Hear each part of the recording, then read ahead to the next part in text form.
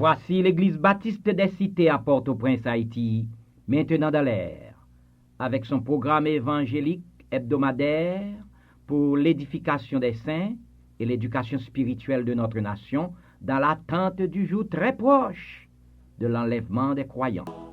Chers amis, nous allons aujourd'hui parler de l'opposition des incroyants au Saint-Esprit, afin que ceux qui rejettent Jésus-Christ et qui n'acceptent pas encore qu'il soit leur Seigneur sachent qu'ils travaillent contre eux-mêmes et changent leur attitude d'esprit vis-à-vis de l'évangile de Jésus-Christ. En attendant, chantons pour commencer le service le cantique « Je ne sais pourquoi dans sa grâce Jésus m'a tant aimé ».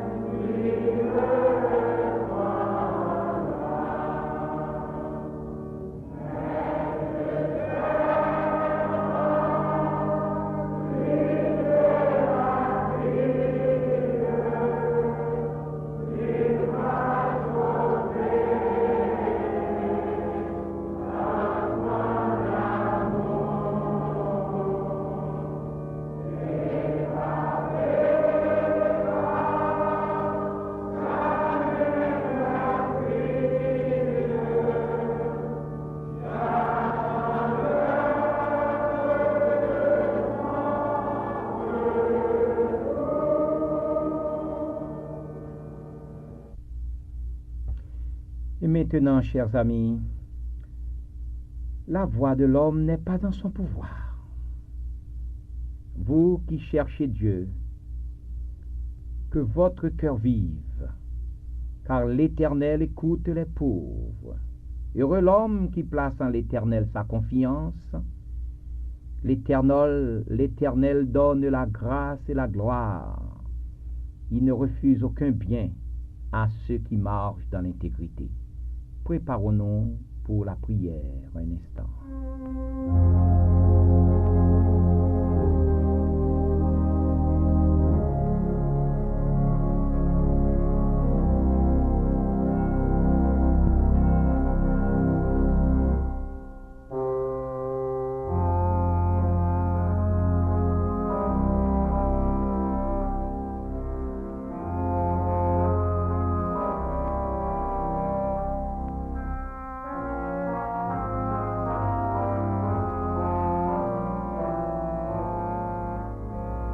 Dieu Tout-Puissant, nous bénissons ton nom pour le privilège que nous avons de nous approcher de toi par la prière, avec l'assurance que tu es attentif à l'expression de nos pensées. Tu nous aimes, tu nous as créés à ton image et à ta ressemblance. Tu nous as donné la domination sur toute chose créée. Tu nous offres la possibilité de sortir vainqueur du péché. Tu nous assistes de ton Saint-Esprit. Tu nous as fait don de Jésus-Christ comme notre Sauveur. Et tu désires que nous participions à ta gloire dans ton royaume éternel. Que ton nom soit béni en Jésus-Christ. Trouve agréable notre ministère à la radio et bénis-le, en amenant nos auditeurs captifs à Jésus-Christ, d'abord pour ta gloire, ensuite pour le bonheur de notre nation. Ô notre Dieu, nous te prions ainsi, confiants dans ta fidélité envers nous, toi qui vis et règnes avec Jésus-Christ et avec le Saint-Esprit au siècle des siècles. Amen.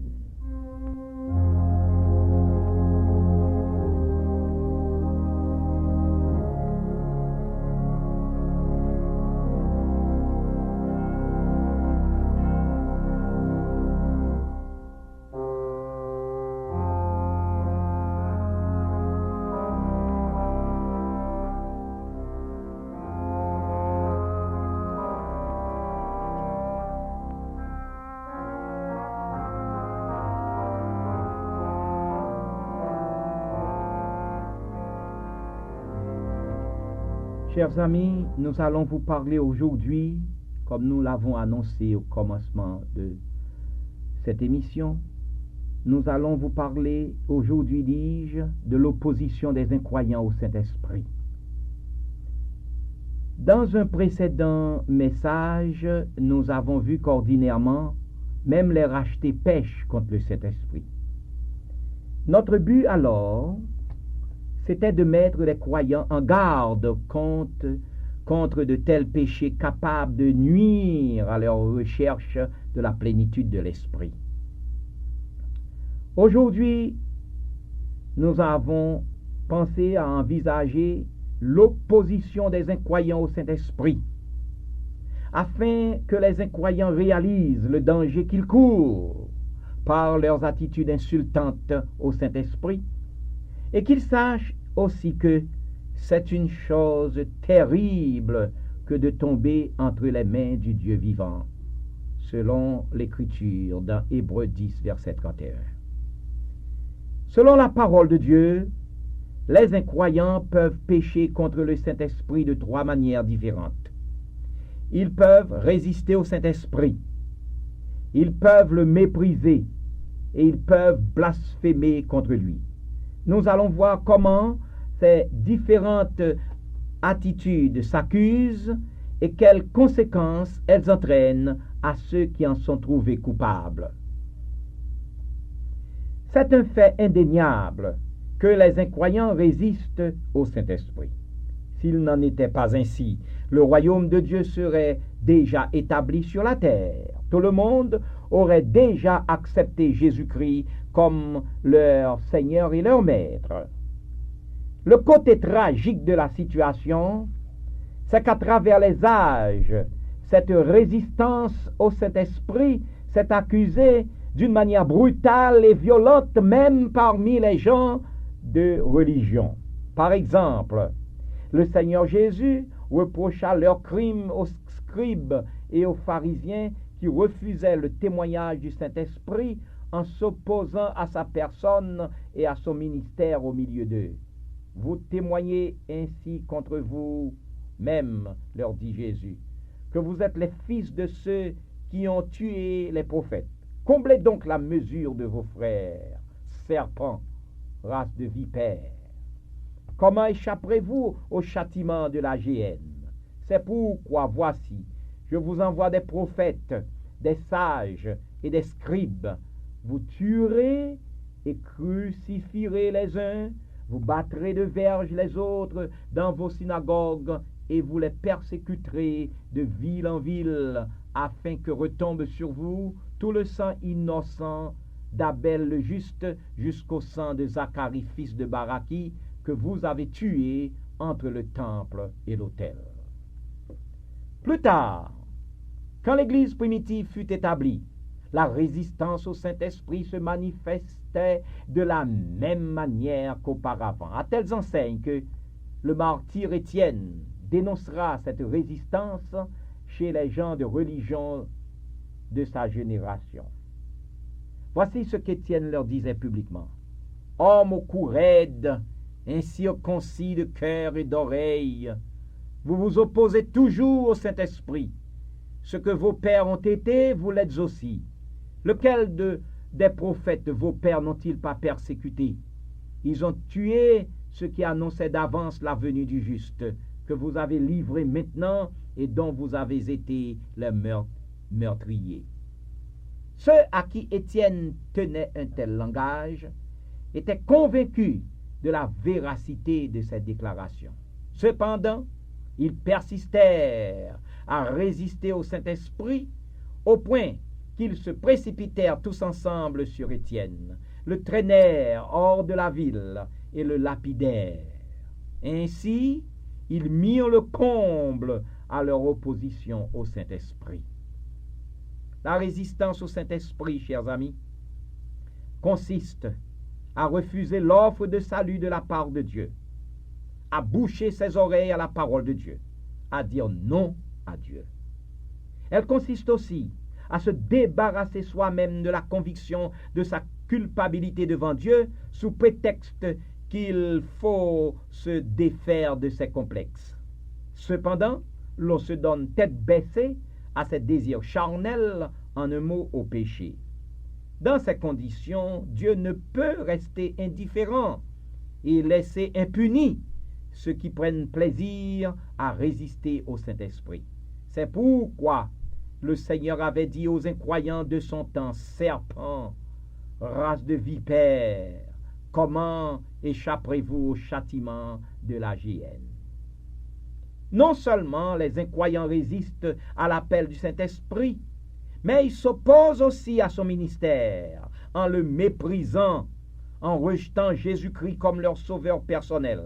Or, le rôle principal, la mission première du Saint-Esprit, c'est de convaincre l'incroyant à accepter Jésus-Christ pour avoir le salut.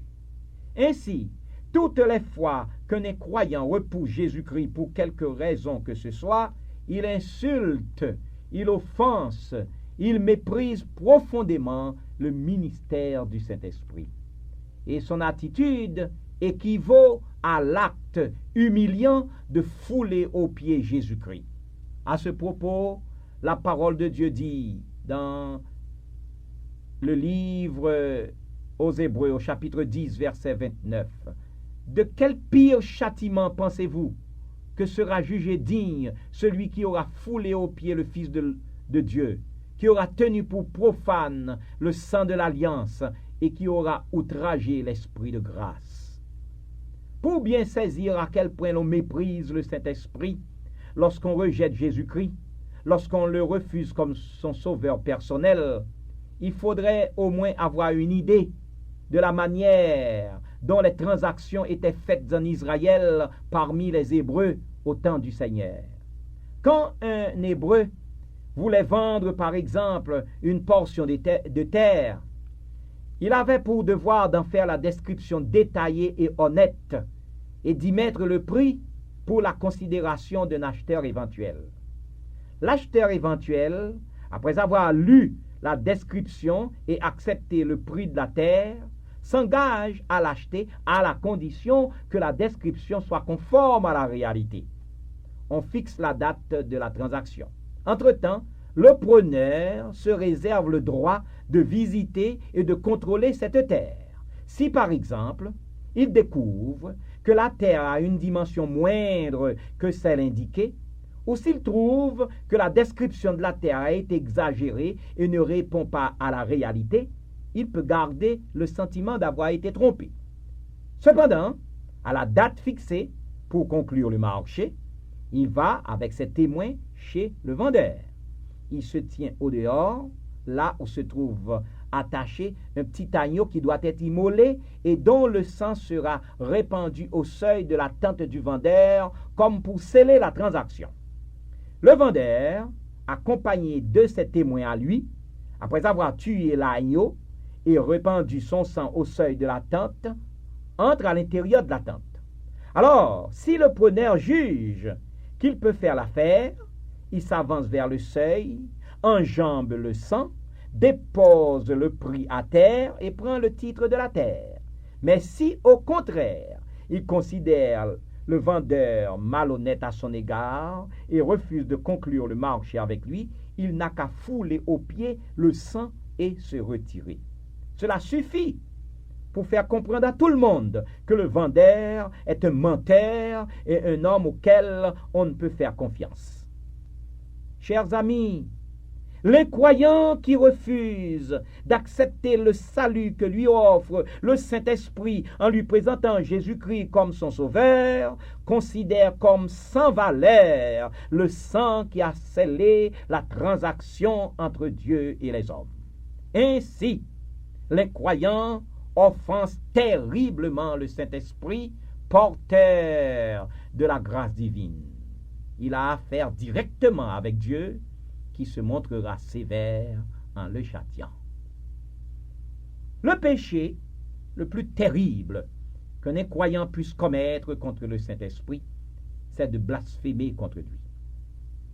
D'une manière générale, Dieu ne se montre jamais tendre à l'égard du péché. Cependant, il y a des péchés qui causent, ou plutôt, il y a des péchés qui, à cause de leur nature, entraînent une punition plus sévère que d'autres. C'est le cas de blasphème contre le Saint-Esprit, qu'on appelle ordinairement le péché impardonnable. Ce péché, il n'y a que les incroyants à pouvoir le commettre. Jamais, au grand jamais, un racheté ne peut commettre le péché de blasphémer contre le Saint-Esprit. En somme, qu'est-ce que c'est que ce péché? Nous allons voir ce que la parole de Dieu en dit.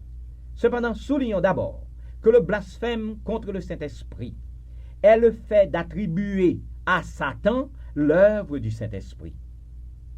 Dans les évangiles de Matthieu, Marc et Luc, il est fait mention de ce péché. Cependant, c'est l'évangile de Matthieu qui donne plus de lumière sur le sujet. On avait amené un démoniaque aveugle et muet au Seigneur. Des pharisiens, pour détourner la foule du Seigneur, déclarèrent, selon Matthieu 12, verset 24, « Cet homme ne chasse les démons que par Béelzébul, prince des démons. » Après que le Seigneur eut fait voir aux pharisiens comment ils déraisonnent, il leur déclara personnellement, « Tout péché et tout blasphème sera pardonné aux hommes, mais le blasphème contre le Saint-Esprit ne sera point pardonné. Quiconque parlera contre le Fils de l'homme, il lui sera pardonné, mais quiconque parlera contre le Saint-Esprit, il ne lui sera pardonné ni dans ce siècle, ni dans le siècle à venir. » La déclaration du Seigneur fait comprendre quelle terrible méchanceté Dieu voit dans ce péché. En effet, les pharisiens avaient délibérément refusé d'admettre ce que la puissance du Saint-Esprit avait fait étaler à leurs yeux. Ils niaient ce qui était évident pour tout le monde, parce qu'ils étaient de mauvaise foi. Ces pharisiens avaient des preuves irréfutables par la guérison miraculeuse du démoniaque sourd et muet, de la divinité du Seigneur.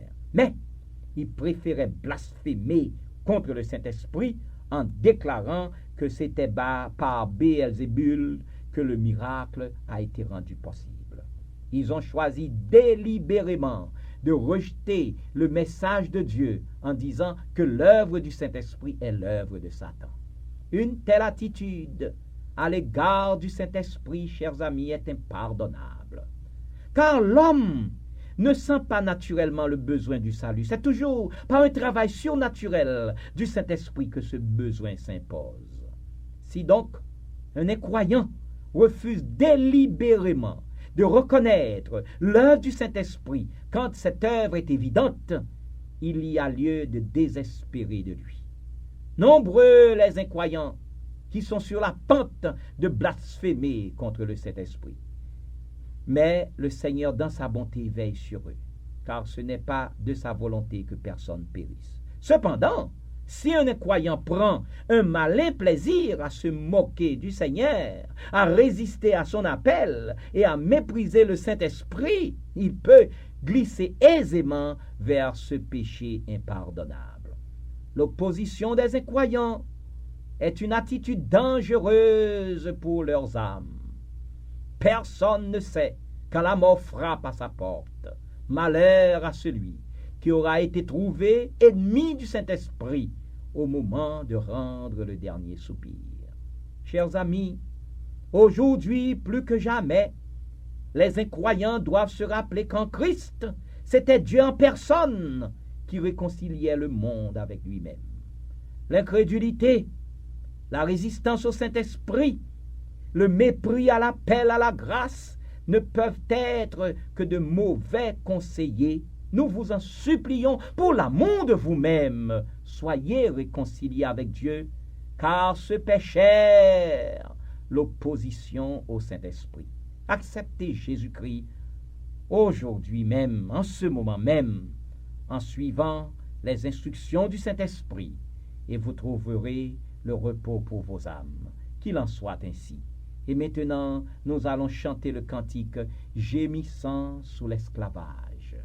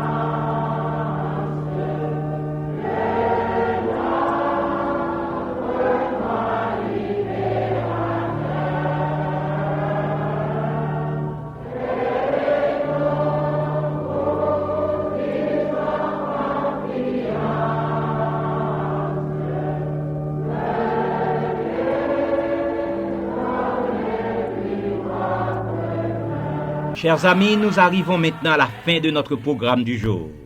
La semaine prochaine à la même heure et sur les mêmes ondes, l'Église baptiste des Cités à Port-au-Prince espère vous retrouver à l'écoute. Nous souhaitons vous voir venir adorer le Seigneur avec nous à l'Église. Au plaisir de vous rencontrer bientôt à l'Église baptiste des Cités sur la route de Delmar, nous demandons au Seigneur de répandre richement ses grâces dans votre vie afin que désormais vous ne preniez plus son nom en vain pour votre bonheur spirituel. Amen.